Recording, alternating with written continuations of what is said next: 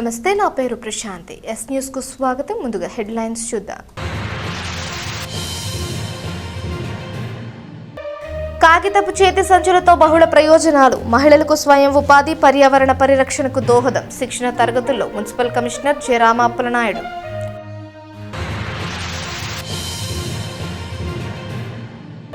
ఆక్రమణలో ఉన్న విలువైన భూమి స్వాధీనం చేసుకున్నాం. ఆక్రమణ భూమిని రైతు స్వచ్ఛందంగా అప్పగించారు. చినరావూరులో మండల తహసీల్దార్ కెవి గోపాలకృష్ణ.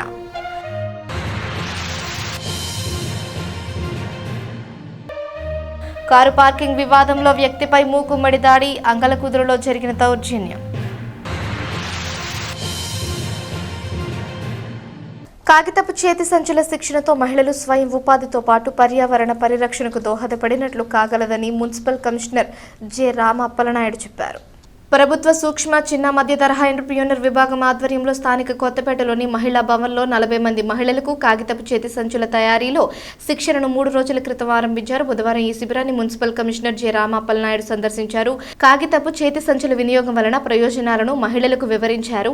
కాగితపు చేతి సంచులను తయారు చేసి వాటిని మార్కెటింగ్ చేసుకోవడం ద్వారా మహిళలు ఉపాధి పొందవచ్చని తెలిపారు. ప్రతి ఒక్కరూ కాగితపు చేతి సంచులు వాడే విధంగా అవగాహన కల్పించాలని, కాగితపు సంచుల వాడకం వలన ప్లాస్టిక్ కవర్ల వాడకం తగ్గిపోతుందని తెలిపారు. ప్లాస్టిక్ కవర్ల వల్ల పర్యావరణానికి నష్టం వాటిల్లుతుందని, దానిని నివారించేందుకు అందరూ కలిసి ముందుకు రావాలని పిలుపునిచ్చారు. కాగితపు సంచులు తయారు చేసేందుకు ఎక్కువ మంది వాటిని ప్రోత్సహించాలని తెలిపారు. కార్యక్రమంలో మెప్మా సిఎంఎం విజయ్ కుమారి మహిళలు పాల్గొన్నారు. తెనాలి పురపాలక సంఘం పరిధిలో మహిళా భవన్లో 40 మందితో ఒక బ్యాచ్ ఈ పేపర్ బ్యాగ్స్ అనేటువంటి తయారీ పైన ఒక ట్రైనింగ్ సెషన్ అనేటువంటిది లాస్ట్ 3 days బిఫోర్ స్టార్ట్ అయింది. ఇది 3వ రోజు.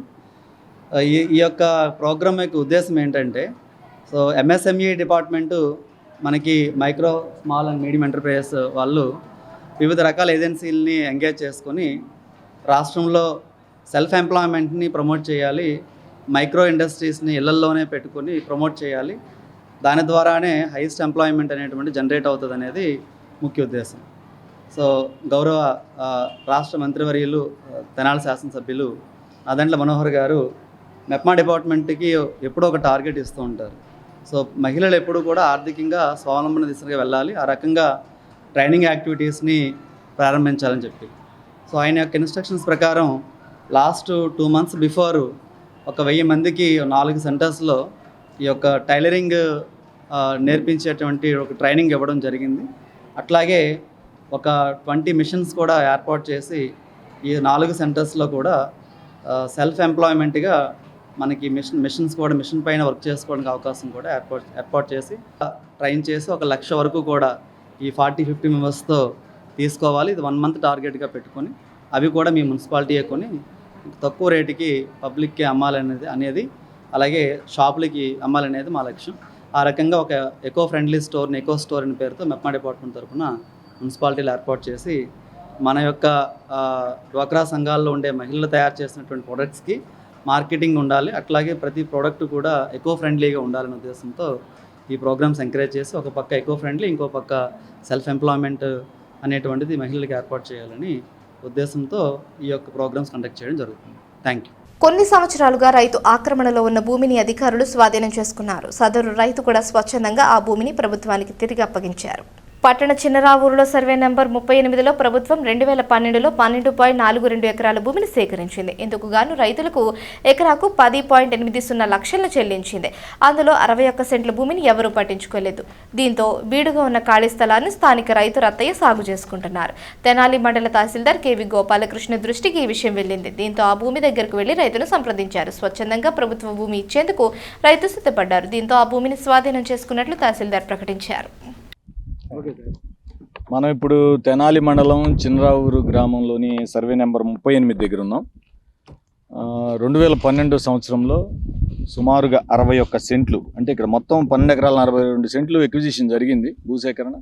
అందులో ఒక 61 సెంట్ల భూమి ప్రభుత్వ భూమి వదిలివేయబడింది. కారణాలు ఏమైనా కావచ్చు. ఒక రైతు రత్తయ్య గారు అలియాస్ రితీష్ గారు వారి ఆక్రమణలోకి వెళ్ళిపోయింది ఈ భూమి. మొన్న మనం రీసర్వేలో భాగంగా దీన్ని వెరిఫై చేసే క్రమంలో పరిశీలిస్తే పలానా వారి ఆధీనంలో ఉందన్నారు. ఆ రైతును సంప్రదించాం. ఎలా మీ కంట్రోల్లోకి ఎలా వచ్చిందంటే బీడుగా ఉందని నేను పంట వేసుకున్నానండి అన్నారు. స్వచ్ఛందంగా వారే గవర్నమెంట్కి అప్పచెప్పేస్తానన్నారు. దీని మీద పెద్దగా ఇబ్బంది పడాల్సిన అవసరం లేదండి, నేనే అప్పచెప్తాను, నేనే నీట్గా చేసి కూడా ఇస్తానన్నారు. వెంటనే పరిశీలిస్తే రికార్డ్స్ అన్నీ చూశాను. 2012లో సుమారు ఈ 61 సెంట్లు 10,80,000 ప్రభుత్వం చెల్లించి కొనుగోలు చేసినట్టుగా నా రికార్డులో ఉంది. మరి అఫీషియల్గా వాల్యూ చూస్తే బయట 18,000 గజం ఉంది, ఇక్కడ 5.5 కోట్ల వరకు విలువ చేసే ప్రభుత్వ భూమి ఇది. మరి దీనికి చిన్న విషయం ఏంటంటే అప్రోచ్ ప్రాపర్గా లేదు, అప్రోచ్ రోడ్డు. దీన్ని కూడా ఎట్లా సెట్ చేయాలో చూస్తాం. నేను పరచూరు రతీష్ అయితే రతీష్ పిలుస్తారు నన్ను. గవర్నమెంట్ ల్యాండ్ 61 సెంట్ ఉంది. ఏంపాటి కృష్ణారావు గారి చేను సరిహద్దులో. ఆ చేను 15 సంవత్సరాలు నేను కౌలుకేస్తున్నా. ఇది ఖాళీగా ఉందని చెప్పి గత 2 సంవత్సరాలు పలానా మనిషి కృష్ణారావు గారు అయితే ఖాళీగా ఉంది, చేను ఆగమైపోతున్నాయి, ఏం చేద్దాం దీన్ని అడిగాను. అడిగితే శుభ్రం దమ్ము చేసి నాటేసారా, ఇది తర్వాత వాళ్ళకి అప్పు చెప్పేసేనే కదా, శుభ్రం చేలు పాడకుండా ఉంటాయి అని చెప్పి దమ్ము చేసి నాటేసా. వాళ్ళ ఎంఆర్ఓ గారు వచ్చారు, ఈఆర్ఓ గారు ఫోన్ చేశారు. ఇవాళ ఎంఆర్ఓ గారు వచ్చారు, ఏమంటే మీ సైడ్ ఇది మీదేను అని చెప్పేసా. మాది కాదు, ఒకళ్ళ సొమ్ము నాది కాదు, నా సొమ్మే నాది. మీరు 2 సంవత్సరాల నుంచే మీరు నేను ఖచ్చితంగా 2 పంటలు వేసా దీంట్లో. అసలు అంతకుముందు బీడుగా ఉంది ఇది. బీడుగా నేను పెద్ద నాగలు పెట్టి దున్నిచ్చి 1 సంవత్సరం ఖాళీ వదిలిపెట్టి తర్వాత సంవత్సరం దమ్ము చేసి నాటా. మీ దేవురండి. రావు ఒకళ్ళ సొమ్ము నాది కాదు. పట్టణ నాసరపేటలోని శ్రీ పాండురంగ స్వామి దేవస్థానం 86వ వార్షికోత్సవాలు ఘనంగా జరుగుతున్నాయి. స్థానిక నాజరపేట అనుగోలు వారి వీధిలోని శ్రీ పాండురంగ స్వామి దేవస్థానం 86వ వార్షిక మహోత్సవాలు ఈ నెల 27వ తేదీన ప్రారంభమయ్యాయి. తొలి రోజున ప్రత్యేక పూజలు, శ్రీ స్వామివార్లకు పంచామృత అభిషేకాల అనంతరం పొత్తూరి వెంకట ఆదిలక్ష్మి బృందంచే సంకీర్తన గానామృతం చేశారు. 28వ తేదీన కళ్యాణి కూచిపూడి ఆర్ట్స్ అకాడమీ నృత్య గురువు డాక్టర్ చల్ల బాలత్రిపుర సుందరి శిష్యురాలు వల్లూరి వరలక్ష్మి శిష్య బృందంచే కూచిపూడి నృత్య ప్రదర్శన చేశారు. 3వ రోజైన 29వ తేదీన శ్రీ స్వామివార్లకు పంచామృత అభిషేకాలు, విష్ణు సహస్రనామ పూజ అనంతరం తీర్థ ప్రసాద వినియోగం జరిగింది. శ్రీ సాయి కోలాట బృందం కోలాట ప్రదర్శన చేశారు. మే నెల 2వ తేదీ వరకు వేడుకలు జరుగుతాయని దేవస్థాన అర్చకులు త్వరగా నాగరాజ శర్మ, త్వరగా సాయి భరద్వాజ తెలిపారు. మన నాదరపేట సంగావరి కొట్ల దగ్గర వేయించేసినటువంటి శ్రీ రుక్మిణీబాయి సమేత పాండురంగ స్వామి వారి దేవస్థానం నందు 86వ వార్షిక మహోత్సవములు 27/4/2026 నుండి 22వ తారీఖు 5వ నెల 26వ తారీఖు వరకు కూడా అత్యంత వైభవంగా జరుగును. ప్రతిరోజు కూడా ఉదయం స్వామివారి 7 గంటలకు ఆ పంచామృత సుగంధ ద్రవ్యాలతో అభిషేకము, తర్వాత విష్ణు సహస్రనామం, తీర్థప్రసాదాలు ఇవ్వడం జరుగుతుంది. ప్రతిరోజు కూడా సాయంత్రం 6:30 నుండి 9:30 వరకు కూడా అనేకమైన ఆధ్యాత్మిక కార్యక్రమాలు ఏర్పాటు చేయడం జరిగింది. ఈ సందర్భంగా 30వ తారీఖు నరసింహస్వామివారి జయంతి సందర్భంగా ఉదయం 7 గంటలకు స్వామివారి పంచామృత సుగంధ ద్రవ్యాల అభిషేకము, 10 గంటల నుండి రుక్మిణీ కళ్యాణం ఏర్పాటు చేయడం జరిగింది. కావున భక్తులందరూ ఆ రోజు జరిగే రుక్మిణీ కళ్యాణంలో పాల్గొని తీర్థప్రసాదాలు స్వీకరించకూరుచు. జలధార జలహారతి కార్యక్రమంలో భాగంగా పట్టణంలోని మేజర్ ట్రైన్లలో పూడికితీత కార్యక్రమాన్ని మున్సిపాలిటీ చేపట్టింది. పట్టణ స్వరాజ్ టాకీస్ సెంటర్ నుంచి పూలే కాలనీ సమీపంలో STOP వరకు గల జంపనీ కాలువలో జేసీబీ ద్వారా జరుగుతున్న కాలువ పూడికితీత పనులను municipal commissioner J. Rama Appalanaidu బుధవారం పరిశీలించారు. కాలువలో ఉన్న చెత్త చెదార వ్యర్థాలను పూర్తిగా తొలగించాలని సిబ్బందికి సూచించారు. కాలువ అంచులను కూడా శుభ్రం చేయాలని చెప్పారు. కాలువలో ఉన్న చెత్త, ఇతర వ్యర్థాలు కూడా ఇళ్ల వద్దనే పూర్తి స్థాయిలో చెత్తను సేకరించే విధంగా చూడాలని చెప్పారు.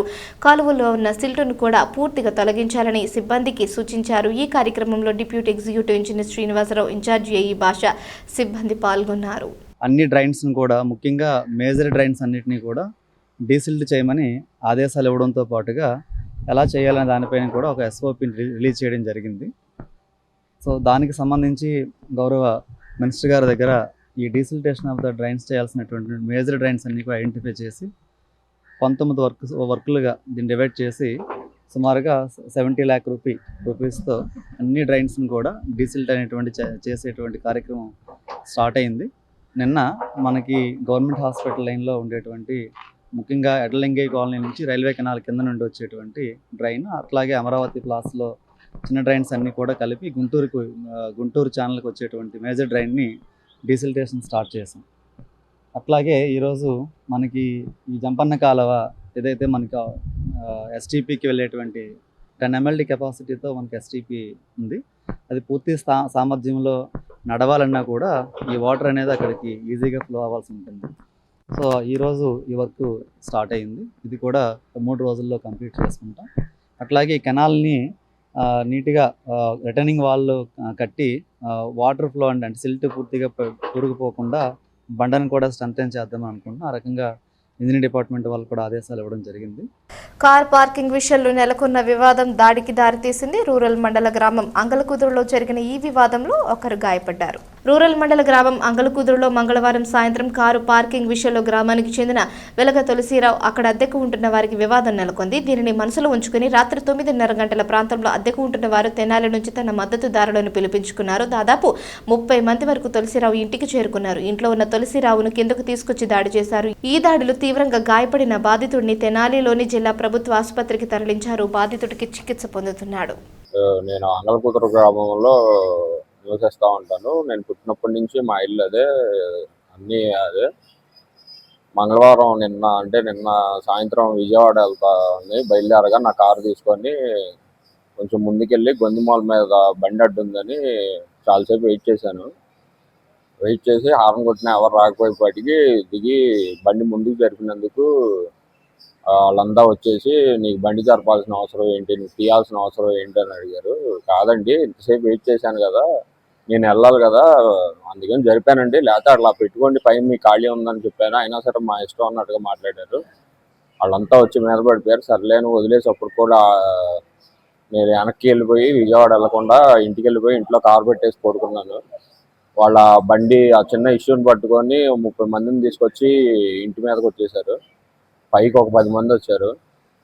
నా మీద ఇంట్లో నుంచి పిలిచి డోర్ కొట్టి బెల్ కొట్టి బయటికి లాక్కొచ్చి కిందకి లాక్కొచ్చి నన్ను ఇలా కొట్టారు. అసలు 7:10కి అసలు ఫస్ట్ అక్కడ గొంది దగ్గర జరిగింది. 9:45కి మా ఇంటికి 30 మందితో దాడి చేశారు. మొత్తం అసలు అలా ఊరు కాదు ఏమీ కాదు, 10 రోజులు అయిందని చెప్తున్నారు వాళ్ళు. అంతే అక్కడ మాదైతే నేను పుట్టినప్పటి నుంచి అదే ఇల్లు అదే ఊరు అక్కడే. నేను మా నాన్నగారు మా అమ్మగారే ఉంటాం. మా నాన్నగారికి బాగోదు, కొంచెం ఆయన బెడ్ మీద ఉంటారు. మేము ముగ్గురమే ఉంటాం, అందుకనే మేమేం చేయలేకపోయాము. నేను కార్లు వ్యాపారం చేస్తాను, కొని అమ్ముతూ ఉంటాను. అసలు ఎవరో కూడా తెలియదండి. అసలు ఆ ఊళ్ళో అక్కడ వాళ్ళే కాదు అసలు. వాళ్ళు కావాలని వాళ్ళు మరి ఎట్లానో మరి అంతా వచ్చి ఇంటి మీదకి దాడి చేసి 30 మంది నన్ను ఇలా కొట్టారు. Guinness book of the world records కోసం హైదరాబాద్లో జరిగిన కరాటే విన్యాసంలో తెనాలిలోని హరిహంస్క డాన్స్ తైక్వాండో క్రీడాకారులు పాల్గొన్నారు. హైదరాబాద్లోని గచ్చిబౌలి ఇండోర్ స్టేడియంలో ఆదివారం Guinness book of world record కోసం లార్జెస్ట్ కరాటే డిస్ప్లే విన్యాసంలో 1212 మంది క్రీడాకారులు ఏకకాలంలో పాల్గొని రికార్డు కైవసం చేసుకున్నారు. ఇందులో తెనాలిలోని హరిహంస్క dance taekwondo master Mantharapu Satyanarayana, చిన్న master, third dan black belt institute విద్యార్థులు CH Naga Chaitanya, CH Deevena, G Nihaswi పాల్గొని గిన్నీస్ రికార్డుకు అర్హత సాధించారు. మొత్తం 10 రాష్ట్రాల క్రీడాకారులు పాల్గొన్న ఈ విన్యాసంలో నేను నా ఇన్స్టిట్యూట్ విద్యార్థులు పాల్గొనడం, అందుకు విద్యార్థుల తల్లిదండ్రులు కూడా సహకరించడం చాలా సంతోషంగా ఉందని చిన్న మాస్టర్ తెలిపారు. 26వ తారీఖు ఆదివారం మరి గచ్చిబౌలి స్టేడియంలో హైదరాబాద్లో మేమున్నాము. మన తమ్ముడు శ్రీనివాసు, నేను మరి మన బృందాన్ని తీసుకొచ్చాము గిన్నిస్ బుక్ రికార్డుకి. మరి వీళ్ళందరికీ మంచి భవిష్యత్తు ఉండాలి, ఈ సర్టిఫికెట్ వల్ల వీళ్ళకి ఉపయోగాలు ఉండాలి చిన్నపిల్లలకి అని చెప్పి మా సీను నేను కలిసి మరి ఎంతో వేరు ప్రయాసాలు పడి మేము పిల్లలు రెడీ చేసి హైదరాబాద్ దాకా తీసుకొచ్చాము. ఇది మరి గిన్నిస్ బుక్ వరల్డ్ రికార్డు సక్సెస్ఫుల్గా అవ్వాలని మనస్ఫూర్తిగా కోరుకుంటున్నాను. మా పిల్లలు సక్సెస్ఫుల్గా ఇదేంటో విన్ అయ్యి సర్టిఫికెట్ తీసుకొని మంచి విజయాలు సాధించాలని కోరుకుంటున్నాను. వార్తలు ముగించే ముందు హెడ్లైన్స్ మరోసారి. కాగితపు చేతి సంచులతో బహుళ ప్రయోజనాలు, మహిళలకు స్వయం ఉపాధి, పర్యావరణ పరిరక్షణకు దోహదం. శిక్షణ తరగతుల్లో municipal commissioner J Rama Appalanaidu.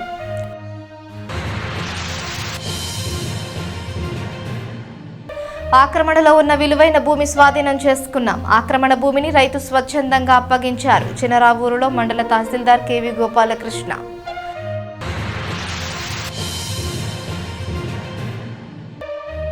Car parking వివాదంలో వ్యక్తిపై మూకుమ్మడి దాడి, అంగలకుదురులో జరిగిన దౌర్జన్యం.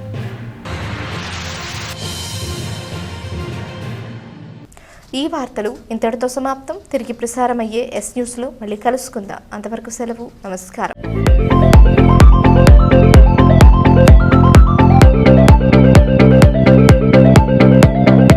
Please subscribe to our YouTube channel.